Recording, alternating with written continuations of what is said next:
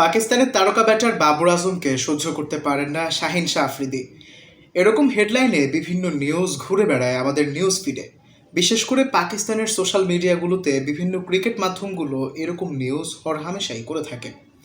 তবে সম্প্রতি বাবর আজমকে এই ব্যাপারে জিজ্ঞাসা করা হলে তিনি তা শক্ত হাতে নাকচ করে দেন।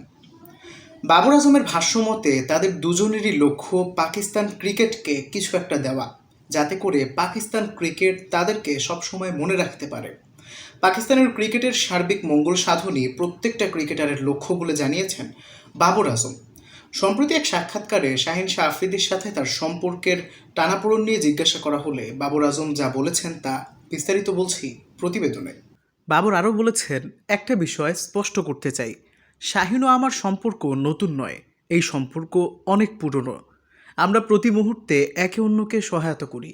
আমাদের লক্ষ্য পাকিস্তানকে সবার আগে রাখা এবং পাকিস্তানের নাম উজ্জ্বল করা। আমরা ব্যক্তিগত সাফল্য নিয়ে ভাবি না। সৌভাগ্যক্রমে আমার দলে এসবের উপস্থিতি নেই।